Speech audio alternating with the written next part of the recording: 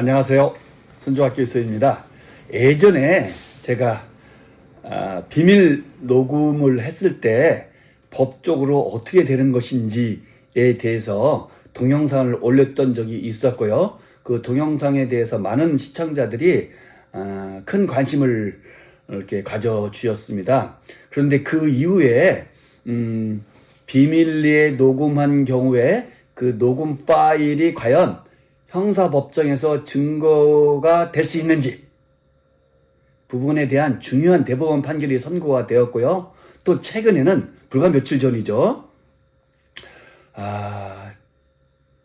같은 내용으로 역시 비밀리에 녹음한 녹음 파일의 증거 능력의 인정 여부에 대한 하급심 1심 판결이 선고가 됐고, 그 사건에 대해서 많은 분들이 사회적 관심을 표명하고 있는 사건이 있기 때문에 제가 한번 이번 기회에 그 사건도 소개하고 판결의 의미도 분석해 드리면서 대법원까지도 같이 한번 검토해 보고자 합니다.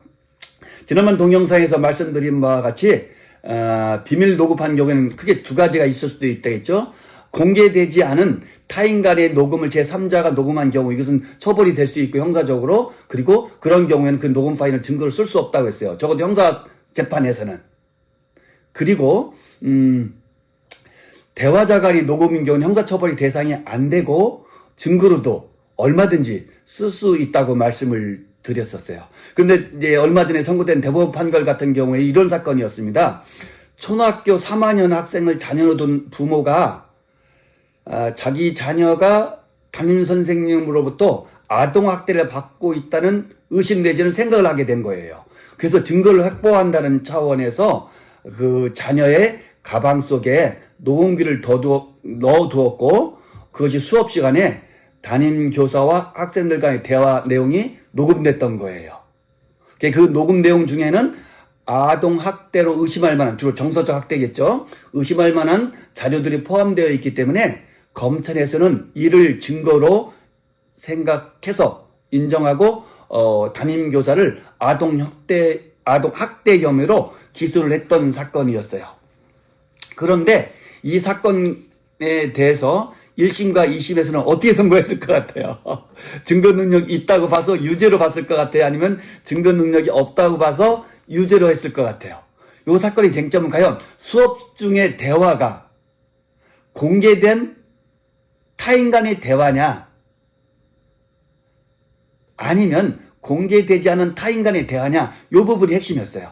즉 공개된 경우에는 처벌이 대상이 되지 않는 거잖아요. 그렇게 되면은 당연히 증거 능력이 있고 그에 따라서 유죄의 증거로도 쓸 수가 있겠죠.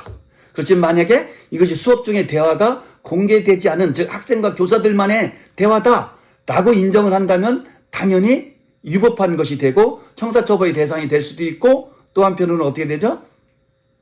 형사재판에서 유죄의 증거로 쓸 수 없게 되기도 하는 것이죠. 아동학대 혐의에 대한 재판에서. 그랬을 때 1심과 2심에서는 비록 수업 중의 대화라 할지라도, 그래서 공개되지 않은 성격이 있을 수 있다 할지라도 피해 학생이 3학년이라는 낮은 나이의 학생으로서 자기를 방어할 능력이 없는 상태에서 어쩔 수 없이 부모가 몰래 녹음을 한 것이기 때문에 이것은 예외적으로 공개된 대화로 볼 수가 있다, 이런 취지로 해서 판결을 유죄로 선고했던 거예요.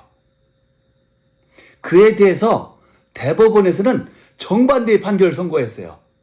즉 그런 사정은 있을 수 있고 안타까운 사정이 있을 수는 있지만 기본적으로 수업은 학생과 교사 사이에 이루어지는 것이기 때문에 제3자에게 공개되지 아니한 대화이다. 그렇기 때문에 공개되지 아니한 대화를 제3자가 무단히 녹음했을 때는 그것은 위법한 행위가 되고, 그걸 가지고서 교사에 대해서 아동학대 혐의의 유죄의 증거로 쓸 수는 없다 라고 하면서 무죄 취지 판결로 사건을 다시 항소심 법원인 원심으로 돌려보낸 사건이 있었습니다. 즉 수업 중의 대화는 공개되지 아니한 것이고, 이것이 설사 해당 학생이 어려서 자기를 방어할 능력이 부족하다 할지라도 이것은 공개 여부를 결정하는 기준이 될 수는 없다. 이렇게 봤던 거예요. 근데 최근에 있었던 사건은 여러분도 기사를 통해서 너무나 많이 알고 있을 것 같습니다. 즉, 같은 초등학생인데 이 학생은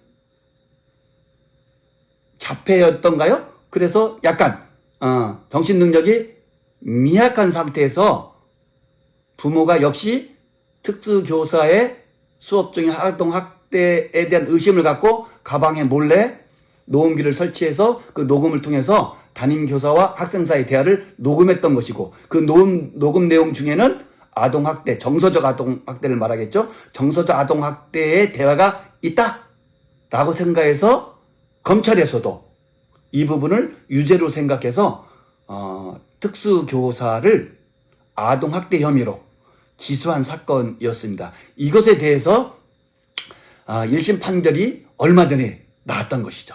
그런데 아까도 말씀드렸듯이 수업 중의 대화는 공개되지 아니한 것이다 하는 대법원 판결이 있었다고 했잖아요. 최근에. 그 판결을 그대로 끌고 간다면 이것도 역시 수업 중에 일어난 것이니까 공개되지 아니한 대화가 될 것이고, 이것을 녹음한 것은 불법이고 위법하게 수집된 증거이기 때문에 어떻게 한다? 아동학대 혐의에 대한 사건에서 유죄를 증거로 쓸 수 없다? 이렇게 볼 수도 있겠죠.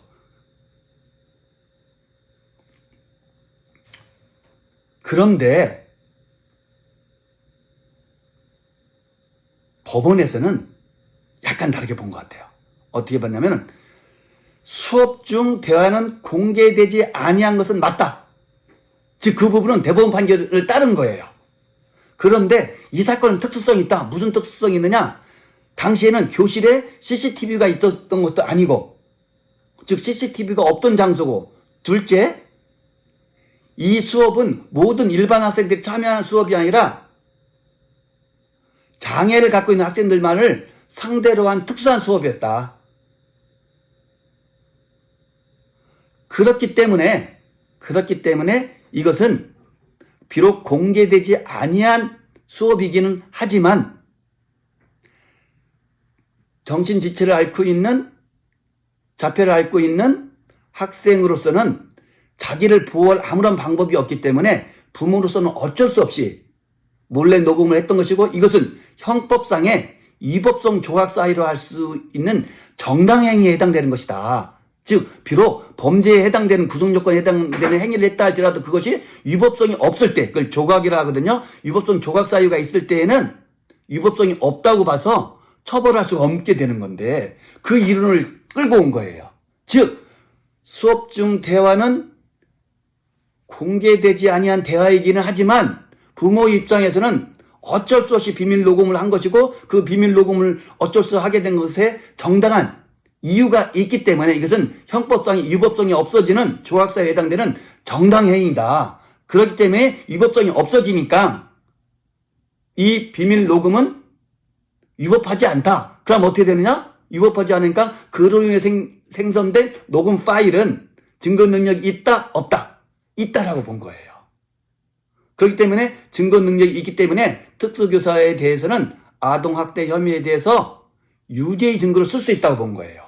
그래서 1심 법원에서는 벌금 200만 원을 선고하되, 특수교사의 어려움도 있을 수 있고 특수교사의 특수한 사정도 있고 전과도 없고 여러 점을 종합해서 이번에 한해서 선고를 유예하게 된 거예요. 선고를 유예하게 된 경우에는 유예 기간이 지나잖아요. 그럼 선고 효력이 없었던 것이 되는 거예요. 굉장히 가벼운 처분이라고 할 수가 있겠죠. 그래서 1심 법원에서는 아동학대 혐의로 기소된 특수교사에 대해서 유죄의 취지로 판단하면서도, 그래서 벌금 200만 원을 해당된다고 하면서도 이번에 한해서 200만 원 벌금형의 선고를 유예한다는 판결을 선고하게 된 거예요. 즉 선고 유예 판결을 하게 된 것입니다. 그래서 결국은 대법원 판결과는 약간 다르게 입장이 나왔는데, 과연 항소를 하게 된다면 항소심에서는 어떻게 될지 저도 궁금합니다. 대법원 판결의 취지를 더 강조해서 역시 증거 능력이 없다고 볼 것인지, 아니면 자폐아동이란 특수성이 있기 때문에 이 부분은 정당행위에 해당돼서 부모로서도 불가피하게 쓸 수밖에 없는 방어를 위한 수단이었다. 그래서 위법성이 없다라고 봐서 증거 능력이 있는 것으로 볼 것인지가 주된 쟁점이 될 것 같습니다. 여러분들 어떻게 생각하십니까?